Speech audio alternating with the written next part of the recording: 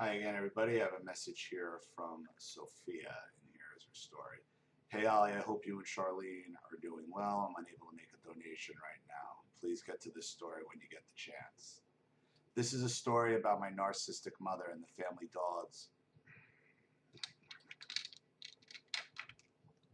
dogs we had during my childhood and teenage years. Before I was born, they had a Chihuahua named Precious. One winter, Precious was left outside during the blizzard and died. My mom said they didn't realize the dog would die in a snowstorm, but it sounds like she was just neglecting the dog. Who would leave a tiny Chihuahua out in the middle of a blizzard and not think anything of it? Around the time I was born, we were still living in Montana. My dad decided to buy a female Chihuahua and named her Peaches. My mom claims this was my dad's decision and she did not want this dog at all, especially with already having two children and a newborn baby, me on the way. Within the next 2 years, Peaches had 3 puppies and my family kept 2 of the puppies. One boy puppy named Teddy and the girl puppy named Pretty. The third dog was given away to a different family since the house we were in had limits on the number of animals you could keep. Peaches, Teddy, and Pretty all lived a much longer life compared to Precious, but my mom definitely disliked all the dogs equally. When I was a toddler and Teddy and Pretty were energetic puppies, they supposedly broke their legs quite often, jumping off couches, toilets, and whatever else they were able to jump onto. Pretty continuously broke the same front leg so many times that eventually the bone never healed correctly, and so one of her many front legs was amputated. Years later, after we moved to Colorado and I was at least 6 years old, my mom and brothers tried to convince me I was the one who broke Pretty's leg and caused her to lose her leg. They said I had pulled it when I was a toddler and that I was an evil child for doing so. When they were trying to convince me that I was an evil animal abuser, this was extremely confusing and hurtful. I understand now that toddlers do not know how to handle and care for animals, but I really never saw how I would have been able to cause so much damage to Pretty's leg for it to be amputated. Years later, when I was a young teenager, I asked my mom if it was true that the reason why Pretty had only 3 legs. Mom actually told me no, it wasn't true. I know what you're thinking. How could a narcissist give a straight answer? But even then, it seems unlikely that the dogs would break their legs over and over again. I know I'm not the one who caused her leg to be amputated, but today I feel like I still don't know the full story, and it's likely that my mom had more to do with Pretty's lost leg than I previously thought. Yeah, clearly. Little dogs don't break their legs jumping up. They jump all over the place, especially when they're young. That's not how it works. While living in Colorado and old enough to remember things more clearly, my mom struggled with keeping the dogs obedient. My mom never got the dog obedience training, and so the Chihuahuas were extremely annoying and constantly barking. She was angry that they were disobedient, yet they were never taught to be obedient, which shows the pathetic thought process my mom had at the time. She would force the dogs to wear shock collars so they would be too afraid to bark. Other methods she had of controlling the dogs, including slapping them. I know that Chihuahuas are annoying and prissy dogs to begin with, but her tactics were way out of line. It was nearly impossible to pet the dogs and cuddle them because they would snarl and show their teeth and ready to bite. The only dog who let us pet him was Teddy. I think the dogs didn't trust us because of how my mom treated him. Peaches was the meanest of all of them. I never tried petting her because my slow hand gliding towards her was enough to set her off. All right, let me tell you something about Chihuahuas. And I have no doubt your mom was probably breaking the dog's legs. But that snarling shit, I don't know a Chihuahua that doesn't do it. I don't know a Chihuahua that isn't freaking nasty. That's just what Chihuahuas do. It's part of the reason why I can't fucking stand them. Because they're just annoying. There's one Chihuahua, one friend I have has a Chihuahua she snarls, but for some reason she likes me now. She just became my best friend, and that's fine. But by and large, I've never seen a Chihuahua that doesn't snarl at everybody but one owner. Never. That's just what they do. Which is why narcissists like them so much. Because they can snarl at you and they can say, oh, look how cute he is. Pretty received no affection at all during her whole life, and there was more of a reason to this besides her temperament.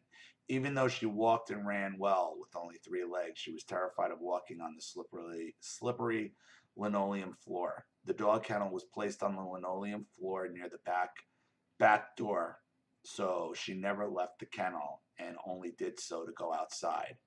Out of the 3 dogs, Peaches, Teddy, and Pretty, Peaches was the only one who died naturally in her old age. Mom held Peaches while Peaches was dying and cried like she cared. I was surprised when she cried over Peaches because it never seemed like she cared when the dog was alive, but she was most likely crying for the attention. When Teddy and Pretty were still alive and I was 15, my mom had the opportunity to get a puppy. My mom's sister always loved pugs, and her female pug had several puppies. My mom never liked pugs until she had the opportunity to get one, and I really don't understand why she agreed to take one from her sister. My mom drove all the way to Oklahoma just to get the pug. Maybe she was hoping to reconnect with her sister or hoping to use this against her sister one day. Who knows? The pug named Buster eventually became everything Mom needed to meet my mom's own needs. She expressed how much she loves Buster, and it sure looked that way because she has him on a special diet to keep his weight at a normal amount.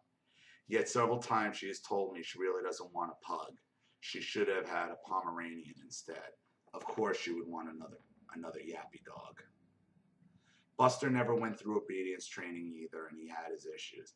I think he's messed up because of my mom. Some difference between Buster and the Chihuahuas, though, are he rarely barks, doesn't bite, and doesn't fight back. My mom has probably hit him a few times, but his temperament is very different compared to the Chihuahuas. The only time Buster whimpers and howls is when my mom is away because he has severe attachment issues with her. It seriously is the most pitiful and annoying thing ever, especially when I had to care for Buster when my mom was away.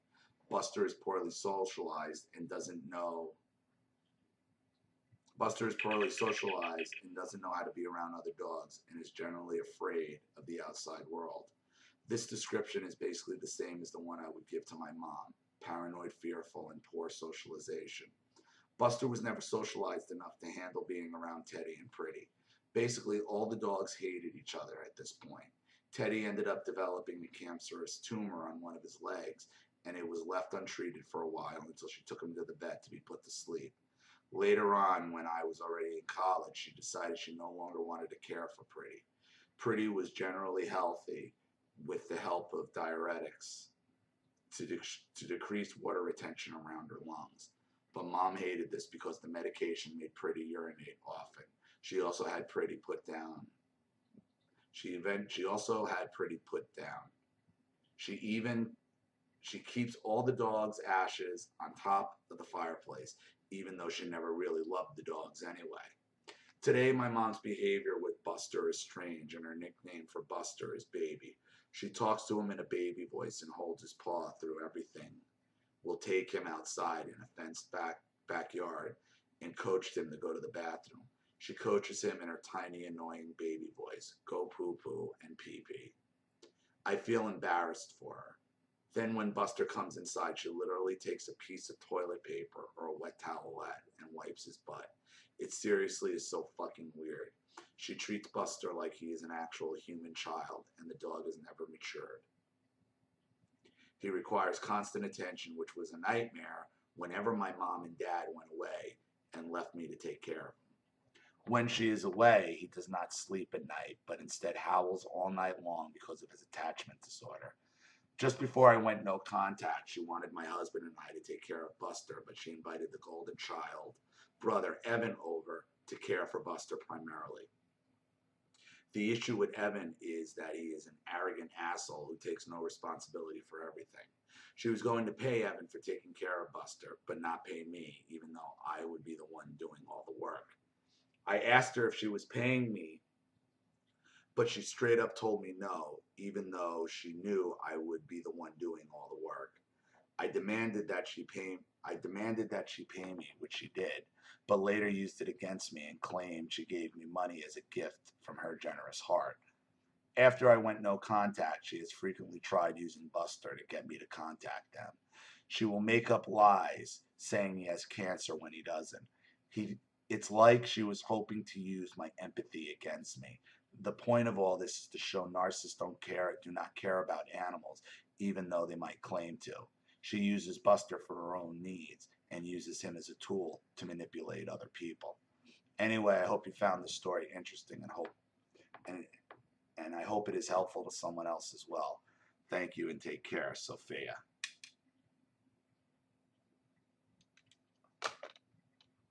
There's a couple things here. It's funny, it's another dog thing. Some people just don't get my stance on dogs. They think, like, when I'm talking about dogs, I'm talking about the dogs themselves, and I'm not. I'm always talking about the owners.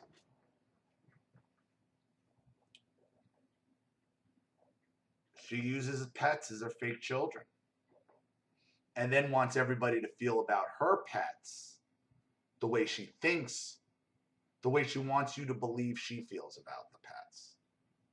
Because all those pets are is a means of control.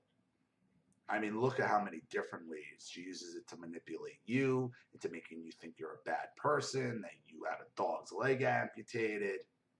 She uses it to control you and your brother afterwards. She uses you wanting to get paid for caring for a stupid dog to attack you. So you're right. It's not about the dogs. It's not about the pets. It's about the narcissist. It always is. So thank you for your story. I'm sure this will help. Thank you to everybody watching. Please leave any opinions or advice in the comment section below. And again, if you want your story read on the channel, you have a topic you'd like me to cover, or a narcissist you'd like to expose, or you'd like a private video or Skype chat, you know what to do with the PayPal and the email links in the description box. I'll have a video right back to you. This is Ali Matthews. Thanks for watching. See you all again soon.